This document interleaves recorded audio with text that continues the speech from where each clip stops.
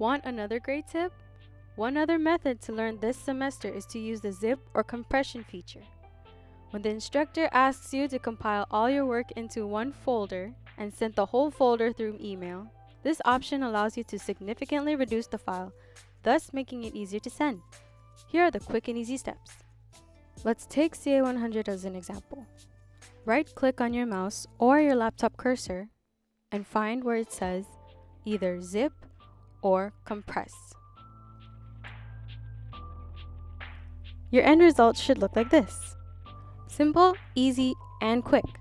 All that's left to do is attach it to the email and hit that send button. Zip files compress data and therefore save time and space, and making downloading software and transferring email attachments much faster. Only one download is required to obtain all related files, and the file transfer is quicker because the archive files are compressed. On this part of the video, I'm going to show you how to zip and compress files on Windows. Much like the iOS or the Apple devices, this method's step-by-step process is quite similar.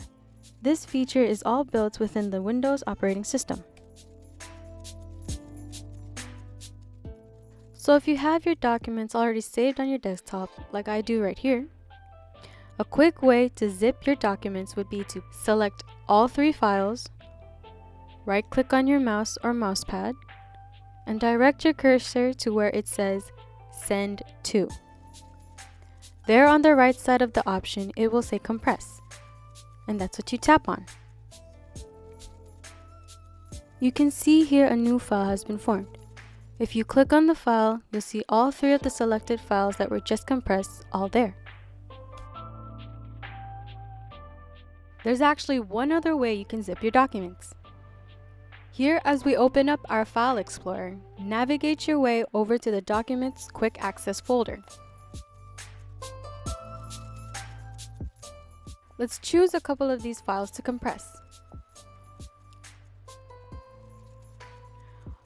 So once you've selected your files, what you're going to do is left-click on the Share option. There it will give you an option of a folder with the zipper on it. This will create another compressed file. Now that you have a compressed file, you can now save it and send to your instructors. And that's all the tips we have for today. Hope you guys learned something and enjoyed. Maybe not enjoy, but like learn something, you know? Alright, catch you on the next video.